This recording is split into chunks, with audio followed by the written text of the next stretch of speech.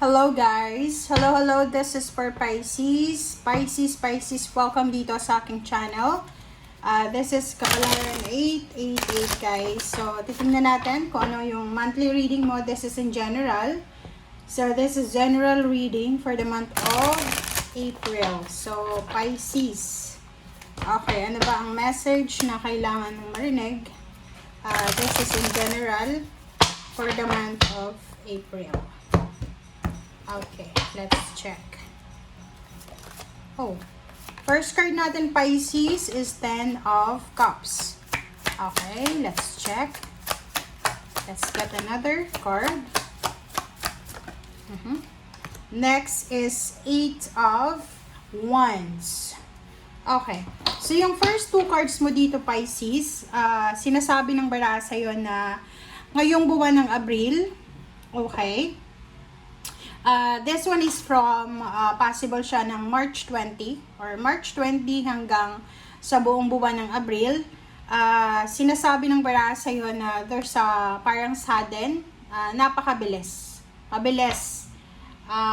Immediate. Okay? So, napakabilis na communication, balita, confirmation, approval. Napakabilis na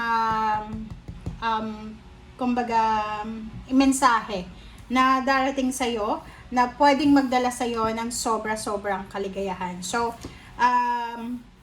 sa dalawang barang yan, Pisces, parang ang sinasabi ng baraha sa'yo na siguro mayroon kang hinihintay na news about your family, maybe about sa relocation, about sa job, about sa inheritance, about sa purchase mo sa mga investment or kung may business ka, or maybe about sa family like kids, kung ano yung mga development, achievements nila sa buhay. So, mabilis, napakabilis na pangyayari ang posibleng darating sa'yo na pwedeng magdala sa'yo ng kaligayahan related in relation sa love life, sa family life, sa kids, and then sa dreams and hopes mo. Okay? So, ito yung first message sa'yo, Pisces. Let's check again.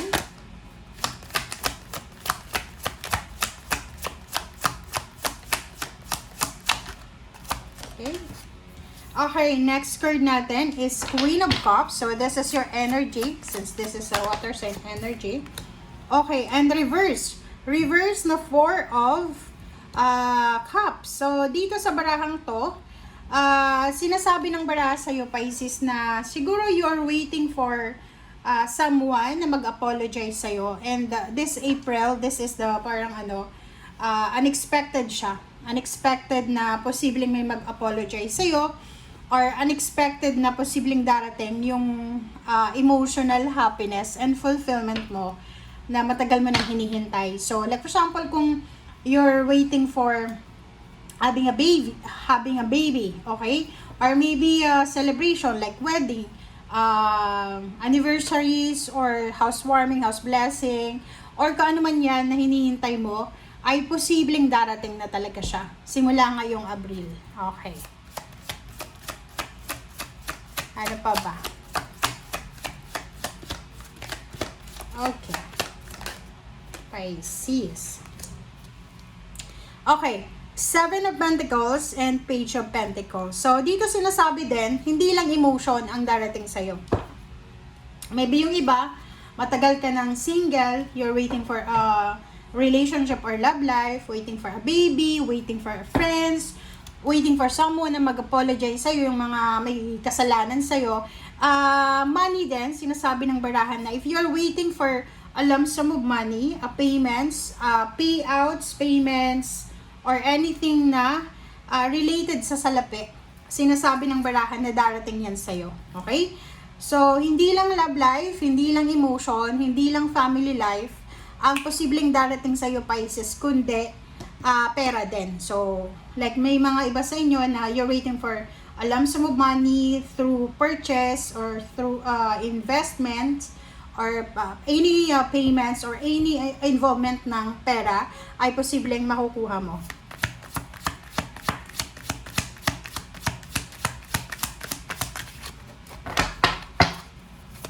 Okay, last 2 cards tayo dito sa first deck. Okay, Temperance. So, sinasabi ng baraha sa'yo ngayon habang naghihintay ka, you need to be patient. And this April then, okay, as much as possible guys, as much as possible para doon sa mga Pisces na like for example, makaka-encounter kayo ng mga diskusyon, away, gulo, miscommunication, misinformation, chismis, or anything na hindi maganda yung energy or yung vibration or yung pangyayari, you need to be patient. Okay? Kailangan mong tanungin ang sarili mo, worth it ba yung taong ito? Okay? Worth it ba yung taong ito na bigyan ko ng oras? Yayaman ba ako kung papatulan ko siya? So, you need to ask yourself bago ka, mag-reply or respond sa kung ano man ito na 5 of Wands. Okay. Right. So, let's check. What's the message from your angels and guides? This is for Pisces.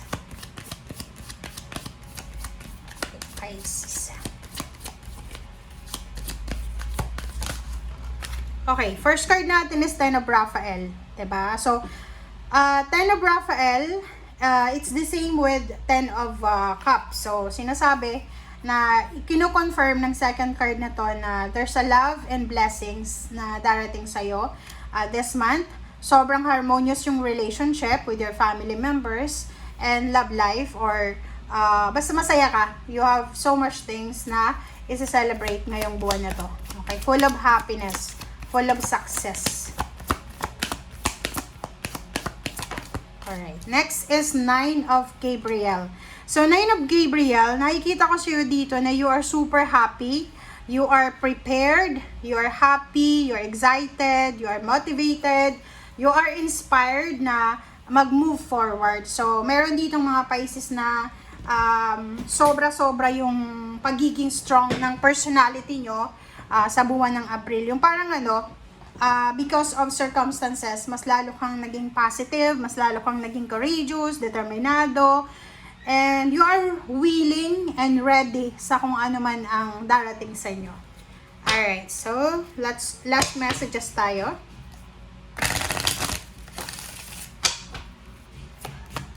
Okay, so this is for Pisces. Okay. Reverse na cross. So this is 9, this is cross 6 of clover. So sinasabi ng baraha sa'yo dito na if ever, kasi naka-reverse siya, so if ever lang na meron kang pinagdaanan last month or last few months ago, or pagpasok ng 2026, hindi maganda yung relationship mo, sinasabi ng baraha na this April, okay? This April, nakikita mo ba? Ngayong Abril na to, tapos na yung cross mo. Tapos na yung paghihirap mo. Tapos na yung obligations, duties, and responsibilities mo. Kumbaga sinasabi ng baraha dito na the universe will give you freedom. The universe will give you sigh of relief. Okay? So parang sinasabi ng baraha dito na makakahinga ka na. Maayos ng lahat. Makakahinga ka ng maluwag. Magiging maayos yung takbo ng buhay mo. Magiging payapa ka. Yung mga tao na, like for example, yung mga tao na sumira ng reputasyon mo, ng pagkatao mo, yung mga taong pinagpaplanuhan ka ng hindi maganda, matatapos lahat ng mga plano nila ngayong Abril. Okay? The universe will show them kung ano ka ba or kung gaano ka ka-protected ng universe. Okay? And reverse then, sinasabi, diba? Kasi pag upright to, ibig sabihin, maraming mga tao yung pinaplastic ka lang, maraming mga tao, Pisces, yung parang pinapakasamahan ka lang, it's because of convenience or because gusto nilang i-power trip ka. But naka-reverse na siya, so sinasabi ng baraha sa'yo na, no, tapos na. This is ending. This is ending. Tapos na yung mga masasamang plano nila laban sa'yo, Pisces.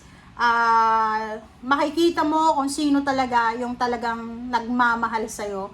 makikita mo talaga kung sino yung mga taong pinaplastic ka lang or yung mga taong hindi masaya sa success mo or yung mga taong talagang masasama ang ugali.